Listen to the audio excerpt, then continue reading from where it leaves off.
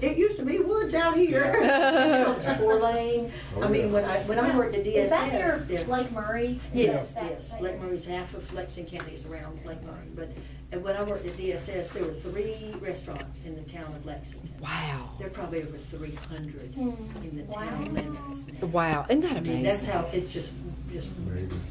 yeah. From and I guess it was so country, but so there was all this land, and it was good land, and it was used to be just farmland. When they quit farming, That's kids right. sold it off. That's and, right. Yeah, I got it. Okay. They went around the world. That's right. Every state is about the same. And my mom is from upstate New York. What part of? She was from Buffalo, near Buffalo, below Buffalo. That was in the center of the state, Utica area. Yeah.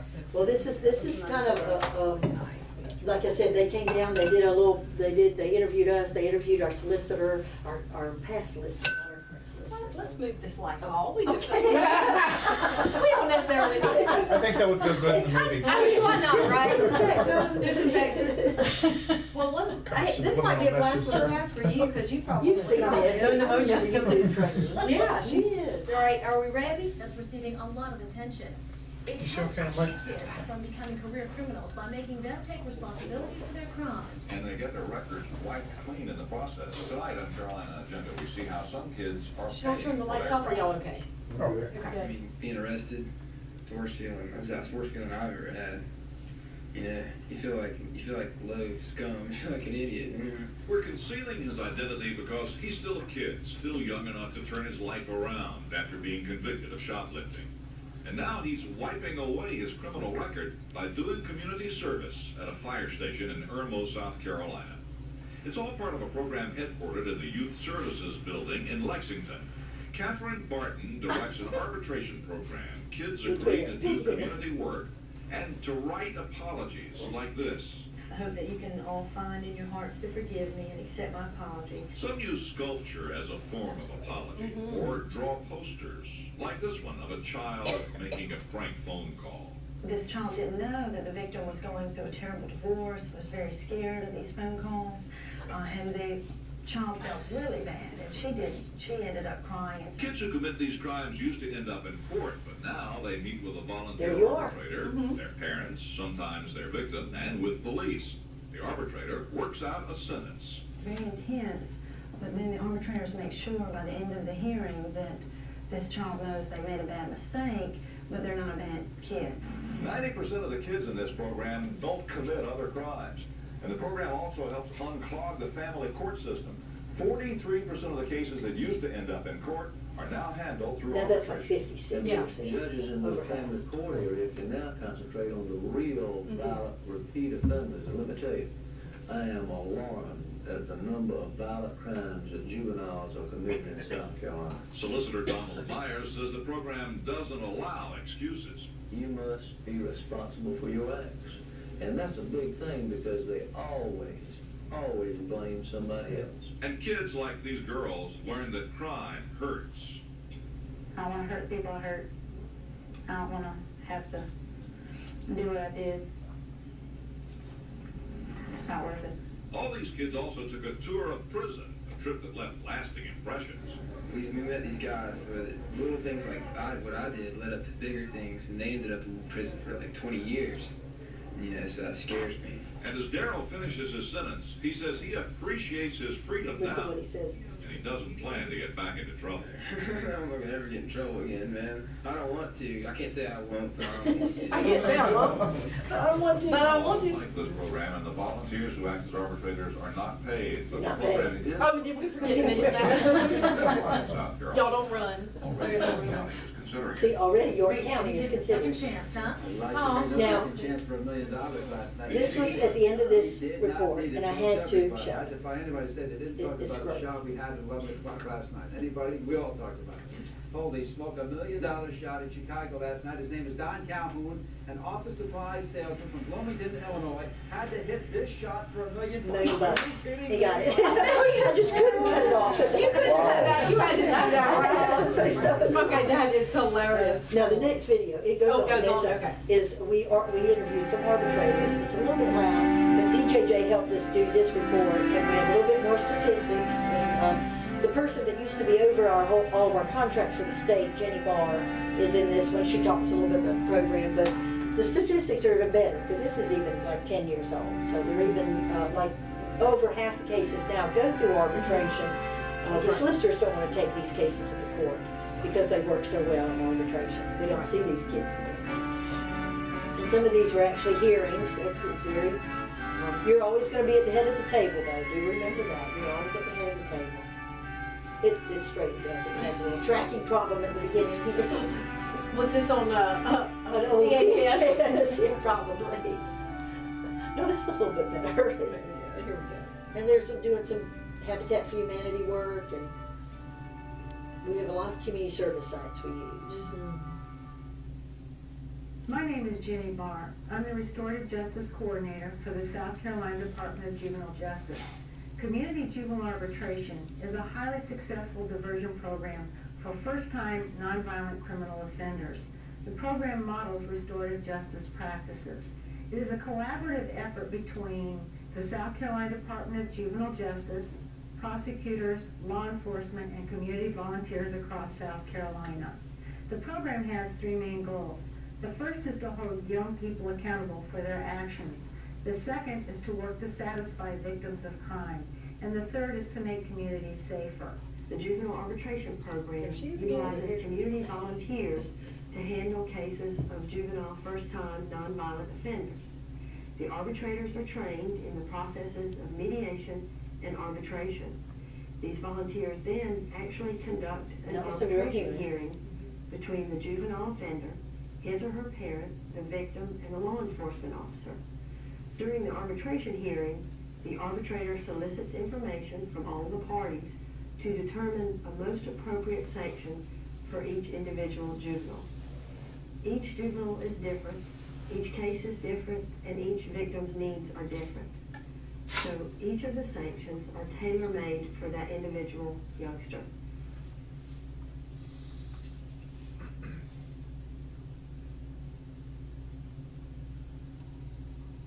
I try to gear the sanctions to what the offense is, and also to the attitude of the individuals.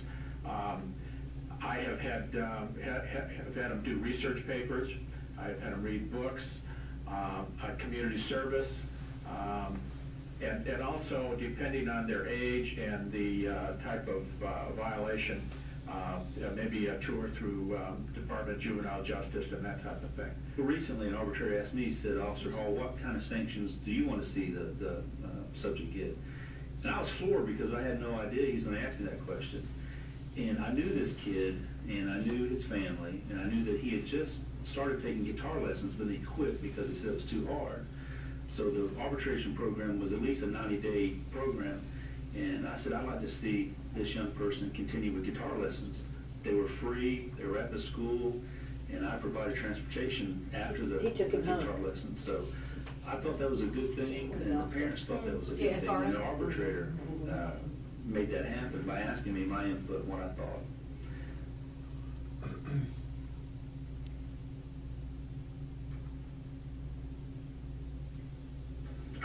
Some of them come from very good families, you know, where the father and the mother are together. Others are raised by a guardian. Others are raised by their grandparents. Sometimes there's just a single parent.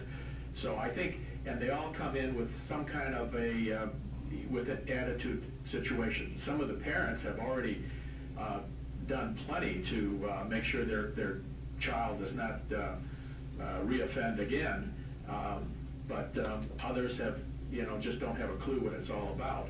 And so again, I think that that's part of the learning experience. It's not just with the individual child, but it's also with the parents or the guardians that you deal with.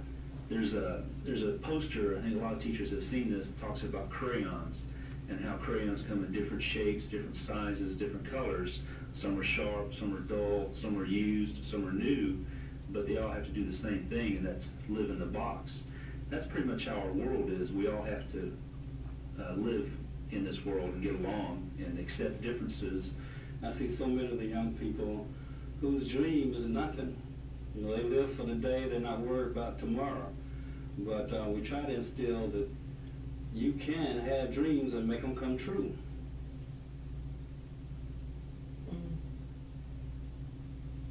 That everybody has a goal. Last year Just alone, have to nearly find it. 4,200 kids were diverted from the formal justice system through juvenile arbitration programs. In a study that followed the youngsters completing the program for 2 years, 91% of the kids chose not to reoffend. Well, I think the results speaks for itself. You can't show me a program that has a 9% success rate, and I'll give it an A in this day and time. I know from some of the young people that I personally work with that they give me feedback and thanks for checking them, for changing the path that they were involved in. This is very much of a win-win situation. It's very positive for the juvenile offender in that they have a second chance. They've made a mistake, they have a second chance to get that straightened out and hopefully learn something from it. It's also a very positive thing for the community. This arbitration program has got a 90% success rate. It has got to save all kinds of court time that these kids would have to go through and burden the court with the extra load. And I think it also is a very inexpensive but a very successful way of dealing with youngsters. That's it. Wow, who put that together? DJ? DJ helped us. Eric, well, see, he was still out there. Weta said something earlier, and I wanted to say something about that too, Weta, that sometimes you're going to get in there with a family, and you're sitting there, and you're going to be thinking in your head, youngster, you need to run for the hills. This family is going to do you no good ever. But you can't say that. Yes, that's exactly right. And you can't say that. But what you can do is give him or her things that they can do and they can complete where they don't have to depend on mom and dad to do anything. Right. That you give them something that they can do and be proud of, even if it's an essay, even if it's cleaning up a neighbor's yard, talking to, one arbitrator said, Kathryn, I had this youngster do a poster and show it to 10 of his friends. And they all had to sign off on it that they showed it. Now, do we know that he could have made those names up, but they're all in different writing, you know, but it, you know, because he knew, he said the parents, they're worthless. They were, he said they didn't care a bit about this kid, and here he is or she is struggling, and so you just got to find something in there. You're still going to give them punishments, and we use that. We hate to use that word too, but you still got to. They've got to have some sanctions. They got to have a little meat to it. They have to feel a little punch. But you don't use a sledgehammer to a mosquito. Right. You know, these are kids, and so you're going to do it appropriately. Now you're going to see kids too that are going to roll their eyes at you and. You're going to ask them how to take off their hat or tuck in their shirt, and like Judy said, they're not going to like you. They're not going to like you. Or if you make them write something or do community service, they might not like that. We've been able, thank goodness, to do some educational programs like anger management or life skills class and things like this, but not until that 90 days when they are finished with you are they going to even appreciate you. So don't ever think they're going to say, thank you, you're the best, Mr. Lincoln. They're not going to do it. But that's all right. You've got to know in your heart that I am so thankful that you're here, because you've got to know in your heart that you made such a difference in their life, that somebody listened to them, something they heard. Now they're going to, all kinds of, you're going to get that incident report. And I'm going to have to say, I don't want to sit right here. I feel like I'm just talking to you. in this day and time, I've had many parents say to me, well, the officer was lying. Well, the officer was lying. Well, we get hundreds of reports a year. And we deal in Lexington County, we have 37 school resource officers. I don't know how many you have, but 37. We don't have 37. I can tell you, not one of them wants extra work. To come up and to lie would be extra work. I mean, you have to come up with some kind of, let's see, I'll say this kid did this. Right.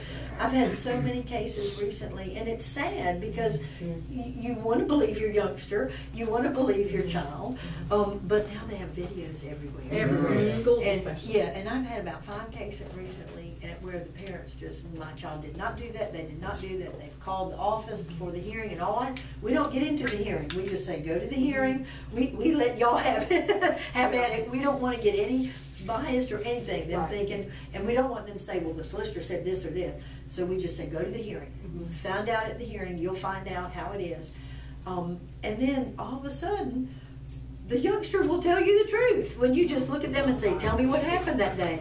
And I've had arbitrators say, Kathryn, the parent almost fell off the chair. Because this is the first time they heard, they heard the whole story. Because you're going to say, start from the afternoon and tell me about your whole day that day. And then when they really have to tell it, I know one arbitrator said, Kathryn, the parent leaned back because the first thing this kid said was, well, we decided to cut school that morning. And the parent was like, what? I didn't even pay attention when that date was on the report. The parent didn't even realize. And the kid had not mentioned that because they had already been screamed and yelled at for 3 days. You know? Because when you know yourself, and we could do this if you want to, if you have time, but you know yourself, if you've ever gotten in trouble, your parent just yells and yells and yells and yells. You don't say a word. So you don't say that story. Especially when you're guilty. That's right. You just sit there and you think, I'm not going to open my mouth because it's only going to get worse. Right. So whatever punishment you take, you go to your room, you're not going to have the car for 2 weeks, whatever it is. Because when I was 16, me and Sherry and Angie, we went up to the little mini market. Back then it was 7-Eleven, but I feel like nobody knows what a 7-Eleven is. Oh, we have a 7-Eleven. Okay. It's still around. Yeah. So we were bad because Marcy Bates got to be, I shouldn't say her last name, she got homecoming queen. And we really wanted Ruth to get homecoming queen. And so we were going to go get a beer. So the three of us, we go to the 7-Eleven, and I won't say what town because then you'll look it up. We go to the little 7-Eleven, we sit there. Who looks older? Well, Sherry's like 5'7". And I had glasses and braces. I looked 12. So Angie looked cool because she smoked cigarettes. So Angie and Sherry go in, but I'm driving the car, so I'm walking. And they get 3 cold ducks. Now I know only don't know what a cold duck is. See, I was going to say, these youngsters don't know what cold duck is. Like a beer wine. It's a mixture. Yeah, that could be like a wine cooler. Oh, yes. So that I see Angie and Sherry put 3 cold ducks. I'm looking in the car like, what are they getting? I don't know. Sherry ordered some cigarettes. We all got our jean jackets on. It's in the 70s or whatever. And so they come out, they walk out. Well, right then, 4 unmarked cars surround our car. Oh. They take our names. They have us follow us to the police department. 2 in front of us, 2 behind us, with the lights on. We're dying in the car. The 3 of us, we're crying like, oh, we got it. I went to a parochial school, you know. I mean, I was at the high school, the public high school, but I had grown up in the parochial school. I was like, my mother had just remarried. You got a criminal daughter. Yes. I'm going to have to call. I had to wake up my stepfather. He's worked night shift. Kathryn's down at the police station. What?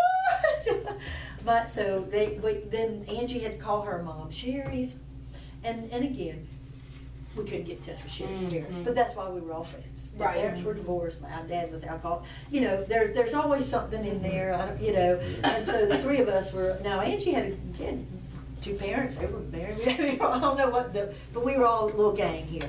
So we get down to the police department. They call. Well, for some reason, since I was the driver of the car, they made Angie and Sherry come to the police department for 3 weeks and wash cars, and because back then we didn't even have DJJ, we didn't have youth services. Wow. But they made them wash cars and fire trucks for 3 weekends. Of course, we could not talk to each other for a month. That was our home restrictions. And my mother thought I should go down there, but I was like, no, I was in the car. I didn't go in. I was in the car. There were 3 cold ducks on the counter. And there were 3 girls. And see, I thought it was the FBI because I'd never seen anyone in a suit before. I didn't know what a suited officer was. I didn't know that was a detective. I thought it was the CIA, FBI. We have just, committed crime in the century. So what was your experience, Linwood? Had you ever getaway car? So tell us about your, and then we'll get with Kim. Yeah. Wait a minute, you took your name tag off. Yeah, Bill. Yeah, Bill. But we want to keep it short. Keep it short. Keep it short. Keep it short. I guess mine wasn't that bad. I guess I had a lot of them, but where I lived at, the high school was right behind my house. Okay. Well, you go through this field, jump the fence, and there's the high school. Jump the fence. And we only had one high school. There you go. This is before integration, so this was the black high school was right behind my house. And it was during the spring, I guess. Was it Pennsylvania? No, in North Carolina. I'm in Elizabeth City. Okay. So It must have been in the one. I don't remember what season it was. But we used to jump through the one. We used to lift somebody up, put them through the window. Right. They come to open the doors, and we go in there and play basketball, jump on the trampoline and all that. You know, it was looking for something to do. We just doing, you know, doing kids.